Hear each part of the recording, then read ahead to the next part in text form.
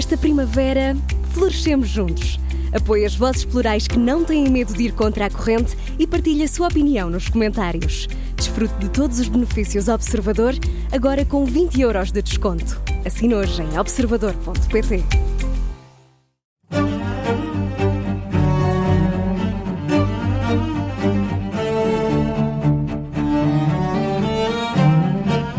Bem-vindos ao Querido Líder, o podcast da Rádio Observador dedicado à liderança. Juntámos 2 especialistas em liderança, são professores, são consultores também nesta área, para discutir as melhores práticas, mas sobretudo para desfazer mitos. É o Jorge Medeiros, consultor, e o Milton de Sousa, também consultor, professor na Nova SBE. Em cada episódio analisamos sempre a prestação de um líder ou de um aspirante a líder, mais ao nível da performance do que do conteúdo. E hoje vamos olhar para Marques Mendes, vai ser ele o alvo da avaliação dos nossos especialistas.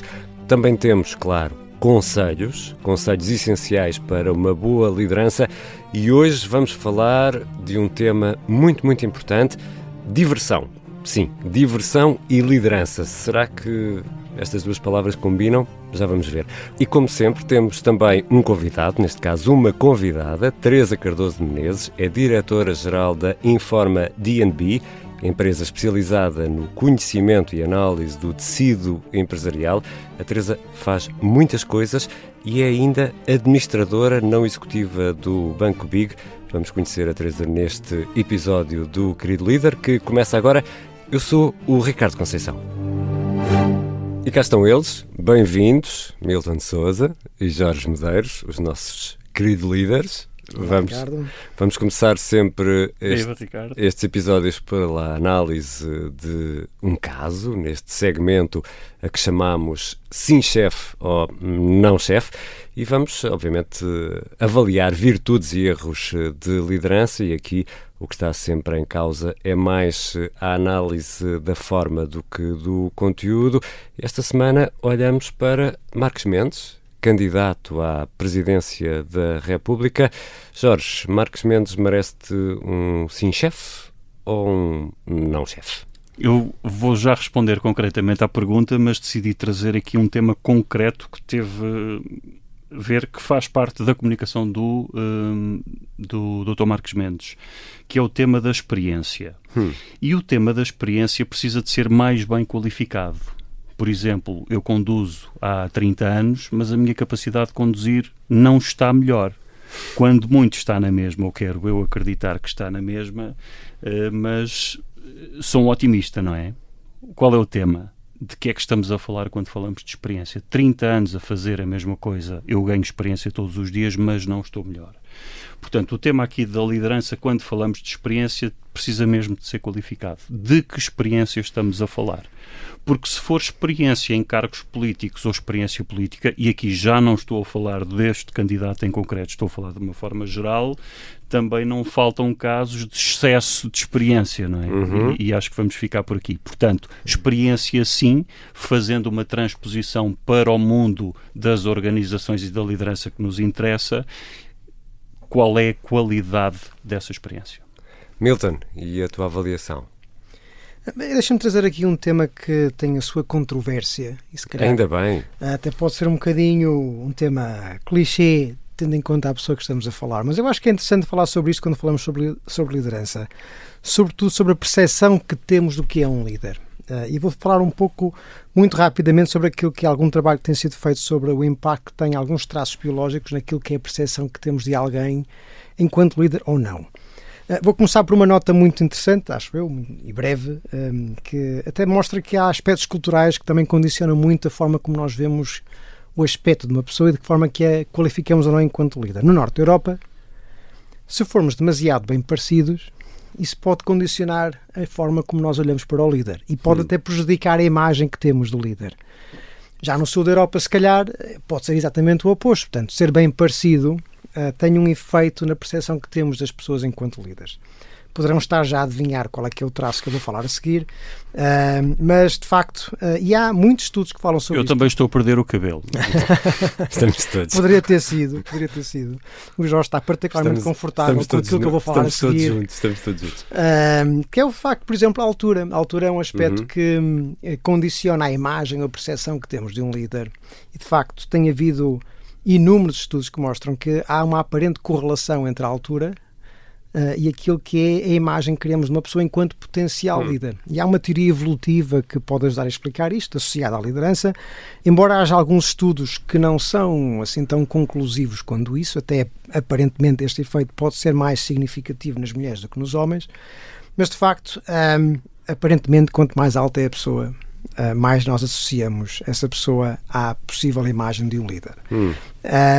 E parece que Marcos Mendes e outros vêm de alguma forma contrariar essa ideia. O que mostra, desde logo, que esta ideia da liderança é um fenómeno complexo, que tem muitas nuances, tem muito que se lhe diga, e ainda bem. E eu acho que até vou aproveitar esta deixa para dizer que neste domínio eu acho que Marcos Mendes acaba por aproveitar, de certa forma, esta aparente dificuldade ou limitação que pudesse ter, através da sua confiança, através da sua forma clara como fala sobre o tema, da sua autenticidade. Porque para ele não é um problema. Porque para ele não é um problema, e eu julgo que isso acaba por amplificar até a sua força, o seu caráter e o estar bem consigo próprio. E por isso, e por muito mais, eu diria que é um sim-chefe, porque acho que transmite essa confiança, transmite essa clareza e transmite à vontade com quem é. Deixa-me só fazer aqui uma nota rápida, isto para quem nos ouve e que não é, ou que poderá não estar tão versado na linguagem científica, há aqui uma qualificação que é mesmo importante fazer. Há estudos de várias qualidades e quando falamos de correlações, nunca se pode tirar uma relação de causa e efeito. Mas neste caso concreto, é um caso interessante porque há estudos que são passíveis de desenho experimental, em que separamos dois grupos construídos de forma aleatória e vemos quais são as percepções das pessoas. Portanto, há algumas dimensões que se consegue estabelecer alguma causalidade. Sim. Agora, é replicável, é extrapolável para outras culturas, mas aí o Milton fez bem em qualificar esta diferença. Isto é sempre estatisticamente falando. E, portanto... Sempre, mas mesmo estatisticamente falando, podemos estar a falar estatisticamente de um desenho experimental com atribuição de grupo de controle ou de uma correlação. Claro. Portanto, a correlação pode ser absolutamente estatisticamente significativa, mas só aqui uma nota para quem...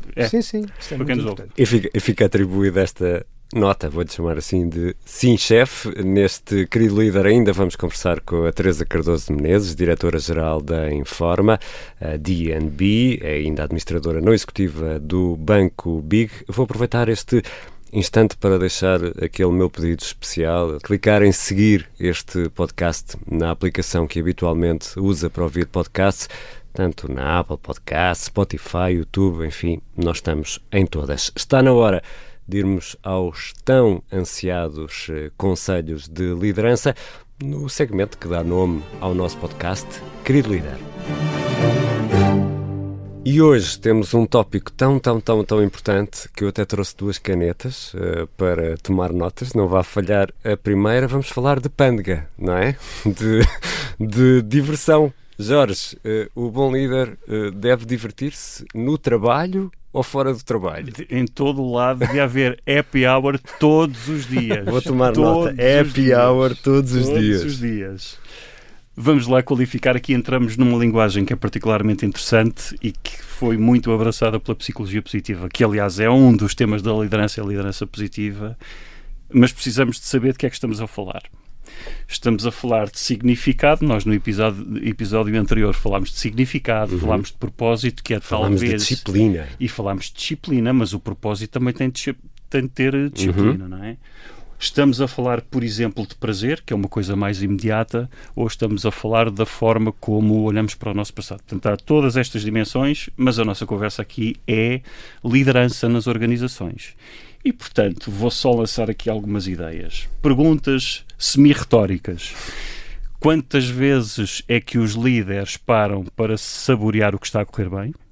Quantas vezes é que chamam a atenção das pessoas para o que está a correr bem, e atenção que, naturalmente, não estamos a escamotear a necessidade de todos melhorarmos e termos correções, e mesmo que o líder não o faça, quantas vezes é que eu tomo a iniciativa de ter esses momentos para mim? Consegui fugir bem à tua pergunta ou não, Ricardo? Conseguiste mais ou menos. Deixa-me ver se consigo agarrar aqui o Milton de outra forma, porque o ambiente de trabalho, ser divertido, ajuda ou dificulta? A minha pergunta é muito específica e muito egoísta, porque eu sempre trabalhei numa indústria criativa, que é a rádio e no jornalismo, e as redações, por vezes, podem ser sítios complicados, mas por regra são sítios divertidos. E sempre tive a sensação que isso ajudava. Claro, se assim não fosse, nem estava aqui hoje, né? Se não estivesse a divertir com o que estou a fazer, posso-te assegurar que não vinha.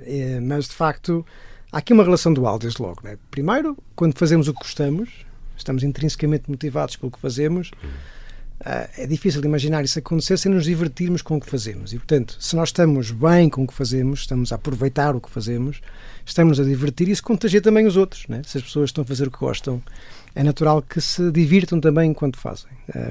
Por outro lado, criar um ambiente em que haja uma capacidade de nos divertirmos em conjunto, estarmos de facto num ambiente divertido, pode ajudar imenso a deitar abaixo barreiras em termos de comunicação, entre departamentos, entre unidades, entre hierarquias. Termos também uma comunicação mais fluida, mais sincera, cria um certo à vontade que pode ajudar imenso naquilo que é a coordenação do trabalho. Depois há algo que é muito evidente, a meu ver, que é inovar. Se nos divertirmos é quase uma impossibilidade, quer dizer... Inovar implica nós brincarmos com novas ideias, com novas possibilidades. Portanto, criar um ambiente que incentive a diversão, que incentive alguma brincadeira, acho que é essencial para nós conseguirmos, de facto, criar um ambiente inovador numa organização, numa empresa. Mas não pode distrair da necessidade de ter resultados também? Se não for, aqui entra o tal termo que falaste de início, que é a pândega, não é? Se calhar haverá momentos para a pândega, mas se isso for recorrente todos os dias na organização... não pode ser só momentos para a pândega. Estamos a desviar-nos daquilo. Eu acho que esta questão do equilíbrio, mais uma vez, entre um ambiente divertido, mas não desplicente, acho que é importante, não é? E saber ler o momento, saber quando nós queremos divertir, e também há culturas e culturas. Há culturas em que a diversão é aspecto central e fundamental da forma como nós queremos trabalhar. Tem que ser uma coisa autêntica e genuína. Mas de forma geral eu diria que diversão é bom. Concordo em absoluto. Acho que a diversão é um tema que merece ser levado mais a sério. Pun intended. Subscrevo. E agora temos de ver aqui Vou voltar a um tema de que já falamos aqui, que é o tema da segurança psicológica, e quando falamos em inovação, tipicamente estamos no desconhecido. Ainda não existe. Estamos a tentar fazer uma coisa nova, uma ideia nova, um serviço novo, etc. E, portanto, isso pode causar alguma angústia, porque não temos de nos lembrar também que as pessoas têm carreiras, têm ambições de carreira e, portanto, querem dar o seu melhor. E entra aqui um papel fundamental da liderança, que é o sinal que dão às pessoas de que não só não é prejudicial e não vou olhar para si de forma diferente porque falhou, como é exatamente isso que eu quero. É exatamente isso que eu quero. O falhanço é importante. Por exemplo, estou a lembrar-me, há inúmeros exemplos, mas estou a lembrar-me do exemplo do Reed Hastings, da Netflix, em que a certa altura, 1 ano, 2 anos talvez, em que ele tem uma reunião e diz para as pessoas, para a equipa dele: não estamos a falhar o suficiente, vocês não estão a fazer o vosso trabalho, nós não estamos a falhar o suficiente. Isto é uma mensagem tão boa, tão poderosa, no sentido de, se é mais do mesmo, se estamos sempre nas mesmas receitas e nos mesmos guiões, isto vai esgotar, portanto precisamos de experimentar. E já agora, inclusive, a criar condições para que o possamos fazer de forma segura. Inclusive até a própria Lego criou uma área de negócio de serious play, em que nós nos divertimos com Legos, para experimentar coisas novas, para a criatividade. Vou pegar nisso porque muitas vezes as empresas, para serem divertidas, criam aquelas ações de team building, em que agarram em toda a gente, põem toda a gente numa parede escalada ou conduzir tratores, enfim, as ideias são muitas. Isto não serve só para aliviar a consciência da administração, a dizer que nós somos tão divertidos, até pomos o Antunes da contabilidade a escalar, não é? E tiramos fotografias. Exato. E pomos na intranet. Tem a ver com qual é o sinal que a empresa não só está a dar com essa Um abraço ao Sr. Antunes da contabilidade. Qual é o sinal que está a dar e esse sinal que está a dar, que sinais é que tem dado no passado, e obviamente isto tem de ser enquadrado num tema maior, que é qual é a pedagogia desta coisa. Pedagogia ou andragogia neste caso, porque estamos a falar de adultos, não é? Portanto, qual é a lógica desta coisa? E pode ser uma coisa tão simples como é um momento de descontração, é só para nos divertirmos. Mas se houver aqui algum intuito de construção, tem de estar enquadrado, tem de haver aqui uma lógica, não é? Milton, eu estava-me a lembrar aqui com esta coisa que o Jorge estava a dizer, estava-me a lembrar que, ou seja, se a ação não é sincera, é como aquele marido que nunca oferece flores e que há um dia que chega à casa ou que chega à casa com um ramo de flores e a mulher pergunta do que é que fizeste, não é? Isso, e eu acho que isso até acaba por ser contraproducente, não é? Porque nós sentimos que aquilo não é genuíno, que não é autêntico, em que se cria assim uma espécie de um escape, de certa forma, como desculpa pelo sofrimento e pelas dores que passamos no dia-a-dia, pode até gerar um certo cinismo e até pode polarizar ainda mais o nós e o eles, não é? E já agora, nestas coisas, aquilo que eu tenho notado muitas vezes é que eu sinto uma enorme dificuldade por parte da liderança, sobretudo de topo, em aceitar a vulnerabilidade que é implícita a este tipo de ações. Então, não se sentem à vontade, não participam e acabam por não, e com isso acabar por criar um certo distanciamento, amplificar ainda mais o distanciamento. E, portanto, confiar é também aceitar essa vulnerabilidade. E acho que estas podem ser oportunidades para criar essa confiança. Desculpa, lembrei-me aqui de mais uma pergunta para uma resposta telegráfica. Uma coisa muito rápida também. Pode acontecer também o contrário, que é a liderança de topo quer estar presente, mas ou os que estão em baixo podem sentir-se condicionados, ou quem vai estar a conduzir a sessão pede à pessoa para não estar, para não condicionar a sessão. Portanto, o equilíbrio é muito difícil. Depende do objetivo e da pedagogia associada ao que se quer. Não é? Claro. E nos jantares de Natal, os lugares devem estar marcados ou as pessoas podem se sentar onde querem? É que às vezes há aquela tendência de misturar, lá vou dar este exemplo, a contabilidade com as vendas e às vezes as pessoas não se conhecem, não é? O que é certo é que nós temos tendência a ir para as zonas de conforto. É invariavelmente na formação que nós damos e as pessoas vão acabar por sentar sempre ao lado das pessoas que já conhecem.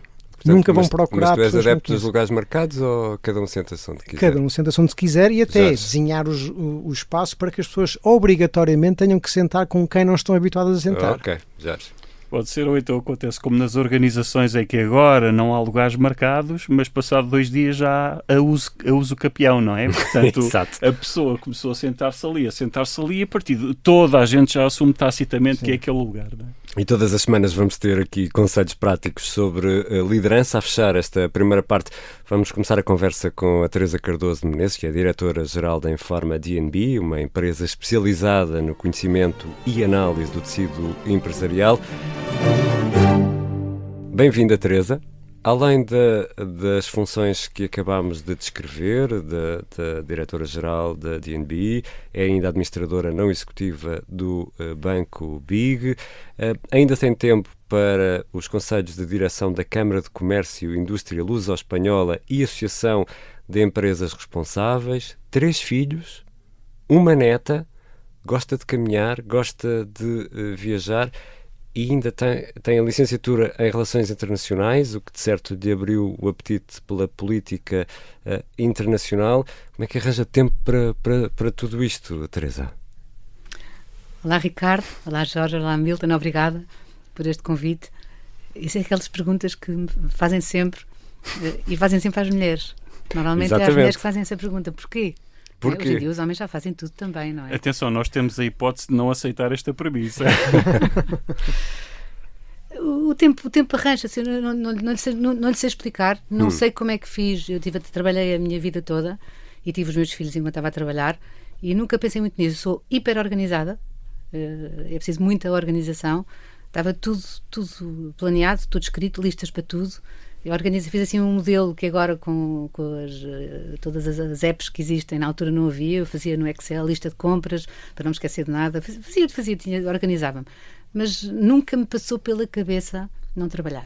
E não consegui fazer tudo, e vou-lhe não é? dizer, quando tive o meu primeiro filho, o meu marido pediu-me para eu ir trabalhar mais cedo, e eu tentei trabalhar mais cedo, mas depois não podia, porque era obrigatório fazer aqueles 3 meses. E foi muito aborrecido estar em casa 3 meses sem poder estar no ativo. E, portanto, eu trabalho, eu gosto de trabalhar, e diverte-me imenso trabalhar. Estávamos a falar há bocadinho de diversão. Eu divirto-me, corro muito por gosto e divirto-me com quase tudo aquilo que faço. E, portanto, o tempo arranja-se com ajudas, não é? Família, marido não foi provavelmente uma grande ajuda, porque na altura ainda foi há um tempo diferente, mas uma pessoa organiza-se. Fica por aqui este episódio do Querido Líder. Na quinta-feira publicamos a conversa na íntegra com a Teresa Cardoso Menezes, diretora-geral da Informa D&B, uma empresa especializada no conhecimento e análise do tecido empresarial. Uma entrevista sobre a carreira e, claro, sobre uma experiência de liderança que já leva 30 anos. Fica aqui um aperitivo para a conversa que sai na quinta. Na primeira reunião, não lembro, foi um destes fornecedores grandes, ele fez a apresentação toda e disse: olha, vai ter que repetir tudo que eu não percebi nada. Estava com 2 pessoas da área de tecnologia comigo, olharam, ficaram cheios de vergonha. Eu disse: mas é que eu não percebi mesmo, faça-me um desenho, porque eu não vou comprar uma coisa que eu não perceba.